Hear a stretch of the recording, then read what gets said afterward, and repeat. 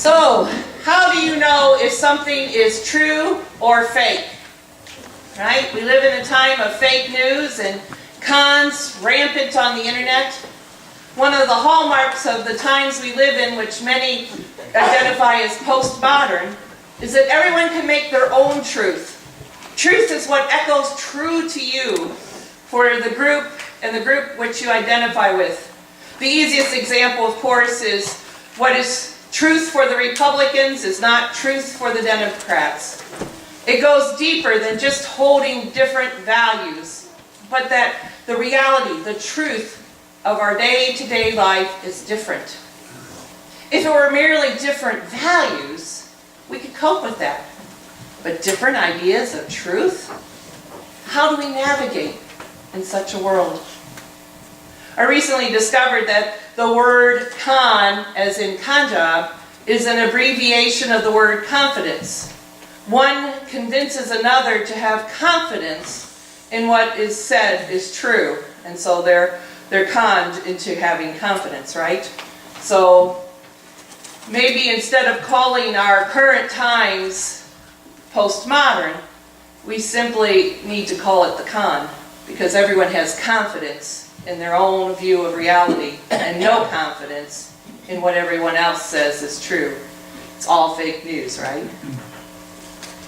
So, where does this obsession with what is reality and fake news have to do with our faith? Everything. We need confidence in our faith.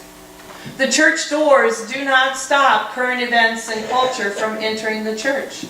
The very people who need to know Jesus are the ones who rarely have been to church or don't read the Bible and are instead deeply immersed in our culture of self-determined reality. What do we believe and teach as truth? Well, the creed, right? I believe in Jesus Christ, God's only Son.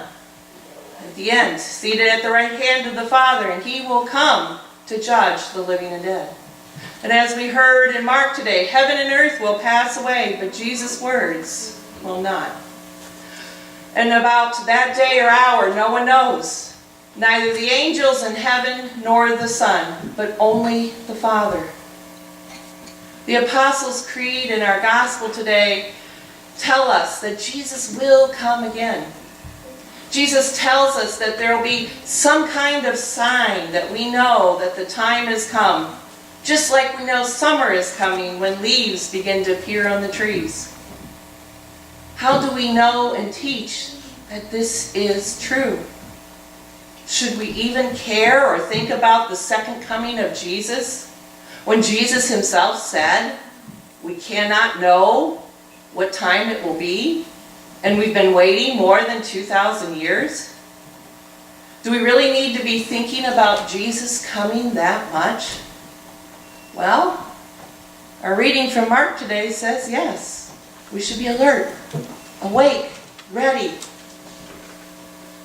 But if we're truthful with ourselves, we struggle with taking this reading from Mark seriously. Throughout history, people have ignored what Jesus has said, and no one knows the time and the place, and instead have tried to foretell the exact day that the end is coming.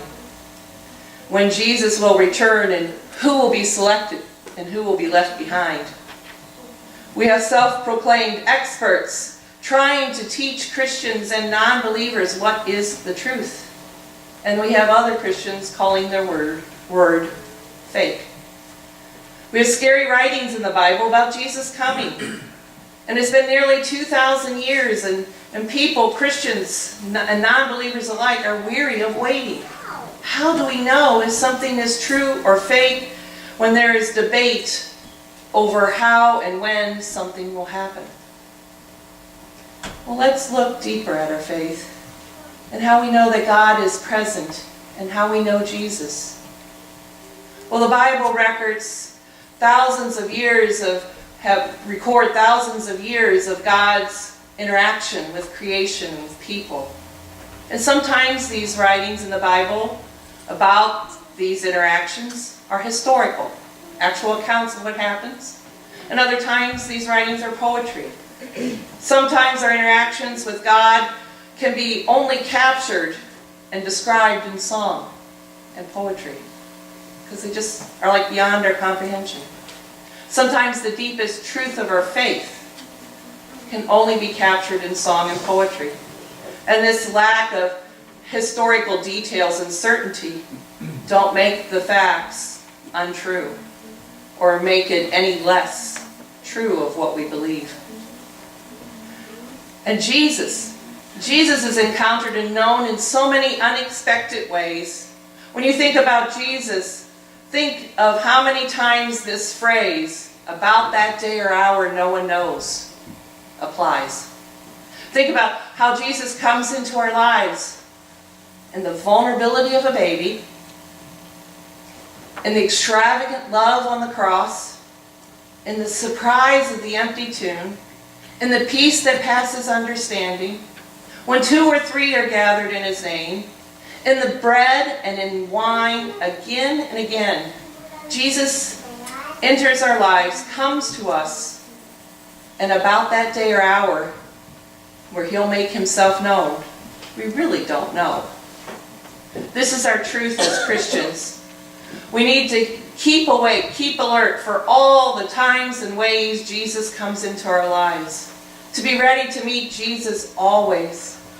And let me tell you, being ready means opening the eyes of your heart to see Him. Because you see, Jesus loves you just the way you are. Being ready does not mean to somehow be perfect or blameless. I know we've heard that in our prayer of the day and in that reading about being blameless. Do you know what that means to be blameless? It means knowing Jesus loves and saves you, period. Our truth is that Jesus is always coming into our lives in unexpected ways and at unexpected times. When we need Jesus the most, and when we think we need Jesus the least, Jesus is there. So I am going to challenge you this week to try an experiment. Try setting the alarm on your phone to go off at some random time. Just in the morning, set it for some random time, and then be ready. For when the alarm goes off, focus on how Jesus is present in your life at that moment. And if you do it once a day, like a new modern type of Advent calendar, you know, it'll be a great Advent practice of trying just to keep alert for Jesus in your life every day. So, you know, that's how we stay awake, right? The alarm goes off and it wakes us up. So let the alarm go off, and if you don't have a cell phone, you know, set the alarm in your computer at home, and it'll go off, and it'll wake you up, and you can stay awake. All right. Well, peace be with you in this Advent season, and may you find new and unexpected ways that Jesus enters your life each and every day. Amen.